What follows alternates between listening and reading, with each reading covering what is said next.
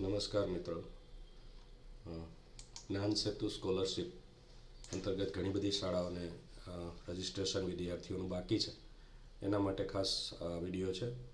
સૌપ્રથમ ગૂગલ ઉપર GSSY portal GSSY GUJ લખશો એટલે જે GSSY.GUJ.in વેબસાઇટ પર જવાનું રહેશે. ત્યારબાદ નીચે વિદ્યાર્થીઓના રજિસ્ટ્રેશન એપ્રુવર શાળા લોગિનમાં 2025માં જવાનું છે. ઘણા અહીંયા ભૂલ કરે છે, ધોરણ 7-8માં જાય છે. ફક્ત અહીંયા એપ્રુવ શાળા લોગિનમાં જ જવાનું છે, પહેલી જ લિંકમાં. ત્યારબાદ અહીંયા સ્કૂલ/DPO લોગિનમાં ક્લિક કરવાનું છે. એ ક્લિક કર્યા બાદ અહીંયા સ્કૂલ સિલેક્ટ કરશો અને આપનો યુઝર આઈડી અને પાસવર્ડ. યુઝર આઈડી આપનો ડાયસ કોડ છે અને પાસવર્ડ જો આપની પાસે ન હોય તો આપ BRC પાસેથી મેળવી શકો છો. લોગિન કરવાનું રહેશે. લોગિન કરશો એટલે અહીંયા આપને ડેશબોર્ડ બતાવશે.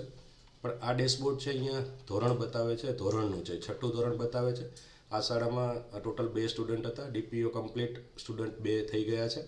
એટલે ખાસ 6ઠ્ઠા ધોરણનું આ સ્ટેટસ છે. અહીંયા આપ 7મું ધોરણ કરશો એટલે અહીંયા આપણું સ્ટેટસ ફરી જશે કે આ શાળા જે છે એમાં 2 સ્ટુડન્ટ છે, DPO કમ્પ્લીટ નથી. એટલે એનો મતલબ અહીંયા આ 2 સ્ટુડન્ટનું રજિસ્ટ્રેશન બાકી છે. એના માટે અહીંયા એડિટ કરવાનું રહેશે. એડિટ ઉપર ક્લિક કરશો એટલે એમની બાળકની બધી ડિટેલ ખુલી જશે અને એમાં ખાસ કરીને વિદ્યાર્થીની બેંકની વિગત છે ચેક કરવાની છે અને સાથે સાથે એમનું આધાર કાર્ડ નંબર અને નામ, આ વસ્તુઓ નાખી અને નીચે અહીંયા 3 વસ્તુઓ અપડેટ કરવાની છે. શાળા પ્રવેશ પ્રમાણપત્ર. અહીંયા વ્યૂ અપલોડ ફાઇલ ખોલશો એટલે તમને જોવા મળશે. જો એ જરૂર હોય અપડેશનની તો કરવાનું છે, અન્યથા એમનેમ રાખવાનું છે.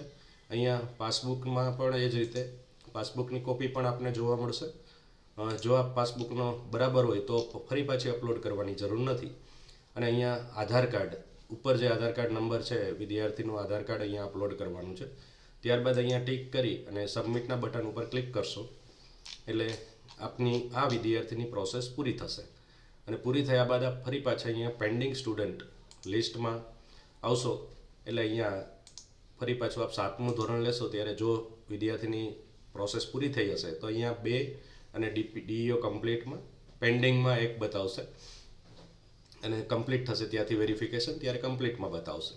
એટલે ખાસ આ રીતે બધી જ જે વિદ્યાર્થીઓ આપને બાકી બોલે છે અહીંયા આપણે 8મું ધોરણ પણ જોઈ લેવાનું છે.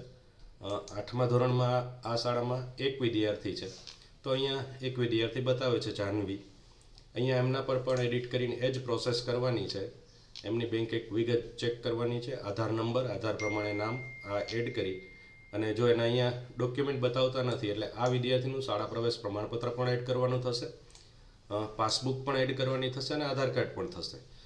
શાળા પ્રવેશ પ્રમાણપત્ર અહીંયા નીચે આપેલું છે બ્લેન્ક. અહીંયા ક્લિક કરશો એટલે આપને બ્લેન્ક શાળા પ્રમાણપત્ર ડાઉનલોડ થઈ જશે અને એને પ્રિન્ટ કાઢી અને વિદ્યાર્થીનો ફોટો, આચાર્યના સહી સિક્કા કરી અને આમને ફોટો પાડીને એમાં અપલોડ કરવાનું છે. પાસબુક અને આધાર કાર્ડ આ બધું જ અપલોડ કરી ટિક કરીને સબમિટ કરશો એટલે વિદ્યાર્થીની ડિટેલ અપડેટ થઈ જશે. આ રીતે તમામ ધોરણો ખાસ અહીંયાથી ચેક કરવા: 6ઠ્ઠું ધોરણ, 7મું ધોરણ અને 8મું ધોરણ.